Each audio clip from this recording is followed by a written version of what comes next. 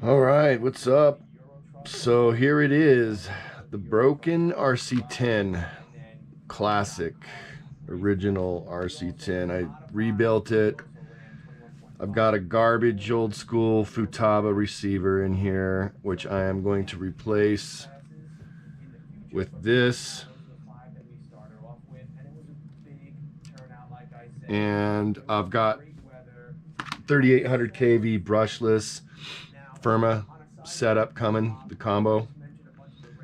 And I ordered a new axle, and I ordered a new bell crank, an aluminum one, an upgraded one. I just want to try it out, see how it is, and we'll get that front end fixed, no big deal. So how do I have this rigged in here? What's going to be nice is with this new receiver, I'm not going to need this ghetto stand thing I built here, and it's Phillips head even. It was, yeah, it's ghetto. I rigged it up to get it running actually a while back, and I mean it worked, but and it's probably even like glued too, but we're gonna dismantle this a little bit. I'm just gonna talk to myself while I work on this a little bit, kind of get it ready for the new parts coming, because I want this thing to rip. It's a runner, just a street basher. I might rip it in the dirt here and there. You guys, I don't have any shelf queens, okay? All my stuff is for running and racing and having fun. So, what do? That's what you do. You fix them, you run them, you break them, you fix them again. Then you run them again, then you break them again. But there's some other kits I want to get. I'm jonesing to build something. What should I build? I want to build a Tamiya kit, a re-release of some sort. I want to build a Kyosho kit, a re-release of some sort. I want to build a four-wheel drive RC10, the new one. Now this is what bugs me. Oh my goodness, they're the right plugs. You're joking. No, I don't think they are the right plugs. Let's just see if this servo's even. I got the plug kit coming so you can change out these Molexes, but it's annoying how they're always different. Yeah, it is the wrong one. This is a JM, and this is something else, the squared off one. And they're always different. And I bought one of these receivers, and it had the slotted in it, and it never specified. And then I bought the same one, and they sent me the JM version. So, like, how about some continuity there, guys? I don't know. I'm gonna switch everything over to JM anyway. Oh yeah, I'm watching RC Retro in the background, and he just threw an F-bomb. Sorry about that, kids. No, I'm kidding. I don't care. He's funny. I love Ari. You gotta love Ari. He's put him on in the background for inspiration. I also watch Tom Lee, and of course Kevin Talbot. Oh, he's throwing F-bombs left and right. Let's clean it up there, Ari. Let's clean it up, shall we? No, I'm kidding. I don't care. I'm not offended. Somebody might be offended, but not me. Nothing offends me, really. All right, out with the old receiver, and I got to replace this tape, this double-sided sticky tape. If it'll come up. I know this chassis is dirty, hammered, scraped up. It's used. It gets used. This thing is, I don't know, I just want to brushless and fast and fun, and I'm gonna run the hell out of this thing. That's what I'm gonna do. Look at this. We need to get rid of this.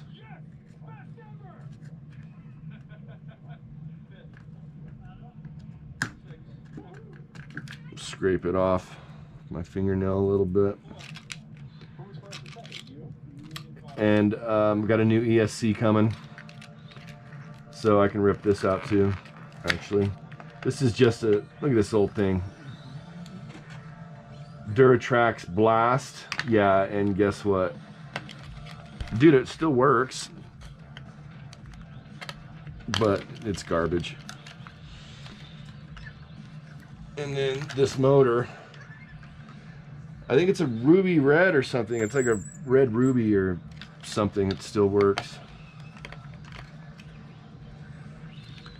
So I guess we're just tearing out everything. Get ready for the new electronics when they come. This is a good for testing though. Good ESC for just simple testing to see if we have function. So yeah, I'll keep them around. Got an antenna here with that on there. It's glued. It's fine. Gotta clean up this chassis a little bit. Bummer thing is I saw that the bell crank's gonna take like till the 17th of April to get here. It's like, whoa, dang, I didn't want to have to really necessarily wait that long, but I found a good deal on it, and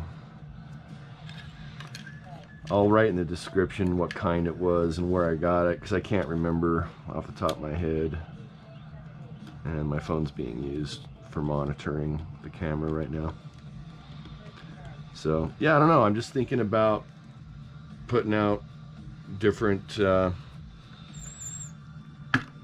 videos, content, you know, the run videos. Some of my run videos got some decent traction, and they're fun to do, obviously. That's not screwed down either. Wow, I didn't remember not screwing that down.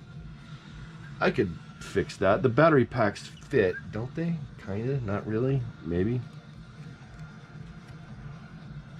They're for shorties. If I actually screw it down, I'm worried that my lipo won't fit. So I'm not going to do that right now. I'll figure out something later, drill new holes. Maybe not. I don't want to drill holes in the chassis, but I don't know. It actually, when it's in here, it's being held pretty good and tight, and so it doesn't take much to hold the pack down, actually.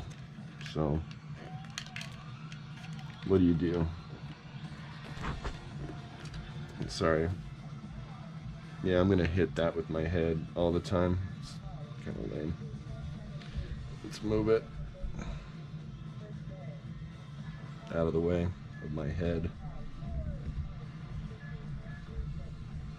That a little better? I moved the camera. Okay. So here's my soap and water mixture. I'm gonna let it soak on some of this. Try and clean this out a little.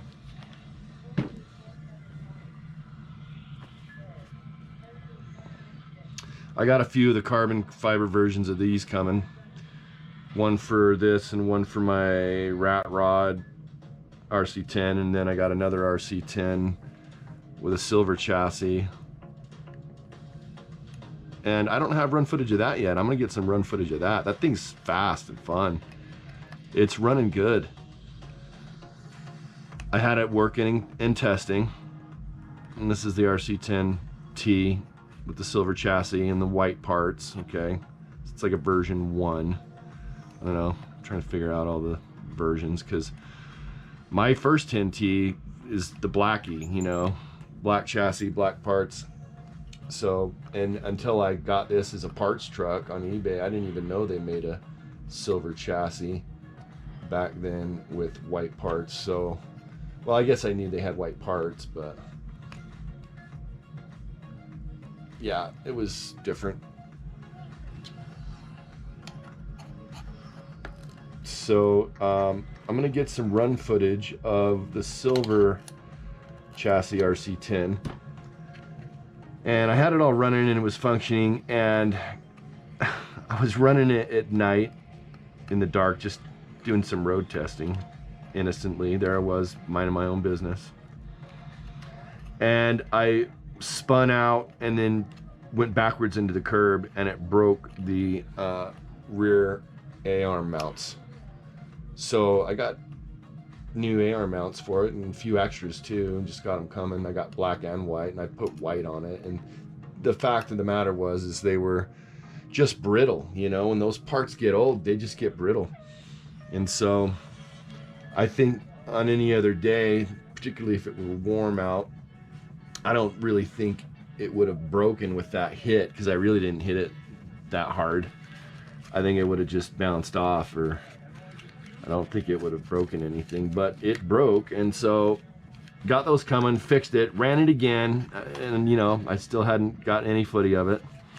But now that I'm confident and it's fixed and running really good, I'm gonna do a run video of that thing, because it's fun and fast, and it looks good on the road. But I'm gonna get a new body for it. I'm gonna paint up a new crowd pleaser for that thing. It's the body that's on it is my original RC10 T body that was on the Blackie, okay, actually.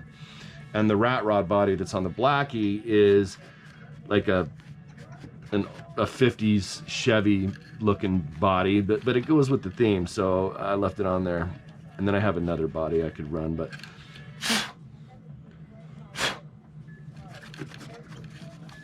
I'm just gonna put and paint up and try, and I'm getting better at painting. So back then I wasn't great at it. All my old bodies are hack jobs. I mean, they're okay, but yeah, I'm more patient now in my older age, and I have better ideas. And I've been watching Quiet RC. Dude makes some cool bodies, and he knows all the good techniques, and I listen to him and see how he does it. And masking, liquid masking, pinstripe masking, all that stuff. A few different colors. Yeah, because why not? It's fun. It's a hobby. I've got a bunch of projects coming down the pipe hole, so we'll try and get some content, some footage of some of that stuff too. I'm just kind of figuring this out as I go.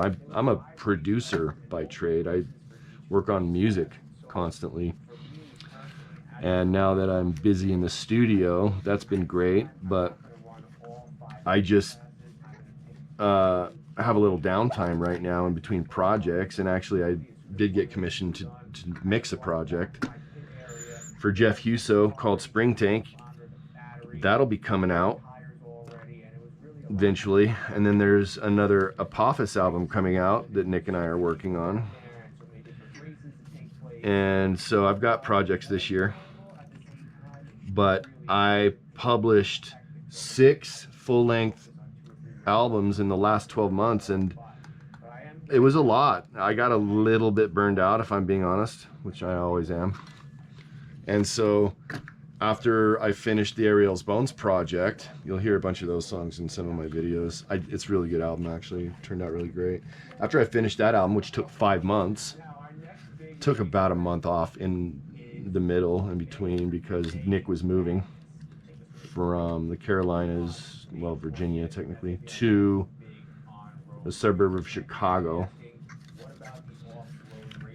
And he's setting up his studio there now. He's my writing partner and production assistant, and my main artist that I work with. And I've been doing a lot more work with Jeff Huso, Damage Auditorium.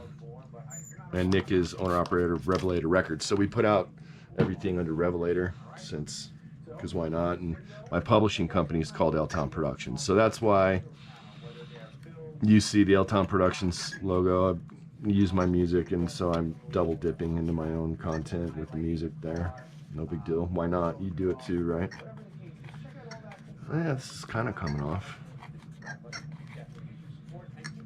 So we'll get the parts coming for this bad boy, and I'll get it cleaned up and ready for all the parts. I'll get the receiver in there, I'll get the new speed control in there, and I'll get the new motor on there. 3800 kV, plenty. And in fact, I could even gear it up with that setup. Those brushless systems, man, they can handle it. So basically, I just wanted to give you a quick update on this bad boy. And I'm going to do one more thing really quick. I'm going to take out the motor, or at least take off this gear cover and see what we got in here. Yeah, I was using these spinner axle things that come with the kit. And they're cool. I thought they work great. This is the problem with working here, is I drop stuff and then it freaking flies away. These things. So when I hit the curb with this, I lost this, and I looked around and looked around for it, but I couldn't find it. So that was a bummer. Yeah, I did a spacer, because, dude, I used these CVDs. No, what are these? Oh, I used these other axles that I just had off an old RC10. I think they're extra axles from an RC10. They're the narrow diameter axles, because these wheels wouldn't fit on, and I didn't know that when I bought this, but it wasn't that big of a deal. These wheels are for the narrow axles, smaller diameter axles. So I got that sorted, but I had to use some spacers because these are longer, because they're off an RC10T. So it worked out though. It's cool. It's a little wider in the rear actually than it normally would have been, which I'm totally fine with. The wider the better. The wider the more stable. Oh, I only used one screw in there. I'll probably sort another screw maybe. I don't like these gear covers. I would like to put an RPM gear cover on this thing. They look nicer. They're more functional. They stay on. I mean, they keep the dust out better because they're harder. So, I mean, how many tooth is that? Let's see. Count the teeth. 1, 2, 3, 4, 5, 6, 7, 8, 9, 10, 11, 12, 13, 14, 15. That's a 15 tooth. So when I get this brushless setup going, I'll put, I don't know, 18 tooth in there. Yeah, why not? Let's go 18 teeth on this thing. Gear it up, get some speed. It's gonna rip. It is gonna rip. This is that LTE driver that you can get from LTE. He's a computer builder out of Canada. I'm into retro computers and building PC gaming computers and stuff like that too. So that's how I found out about him. And it's the best driver I've ever had in my entire life. It's just freaking awesome. They're hard pressure treated bits. It's ratcheted. It feels good in the hand. It spins in the hand. It's a quick direction of the ratchet changer, so I love it. Oh wow, that's on there, dude. I hope I don't. There, I got it. No worries. 15 tooth spur. I'm gonna keep that out of there. So what is this motor? Let's see.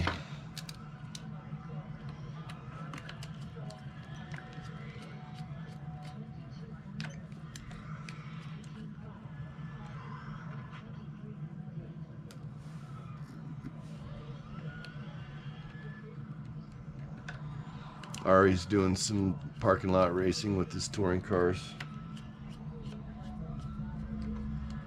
If you guys haven't checked out his channel, RC Retro, killer channel, great content, inspiring.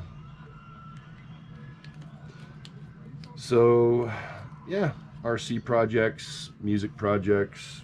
I've got mixing to do tonight and tomorrow. There's a bunch more Spring Tank songs to mix in the hopper, so I got to get on that. What is this thing? A Flash modified. it works. It's not great and it's not super duper fast, but it works. And it was basically for testing.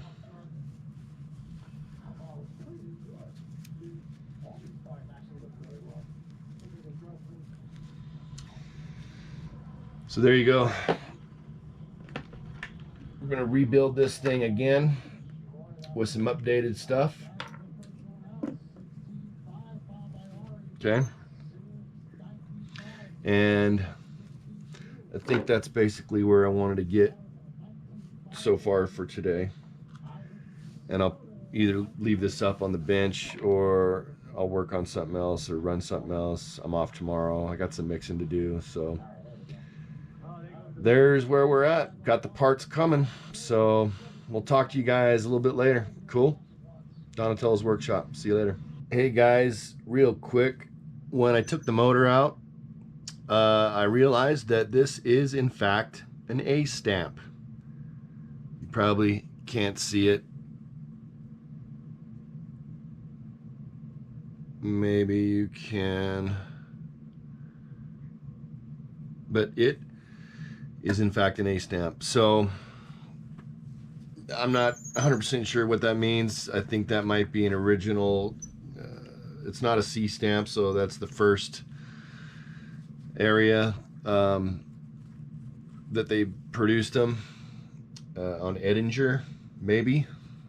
Tell me in the comments. Correct me if I'm wrong. I'm just learning here, but it's definitely stamped with an A on the motor guard there.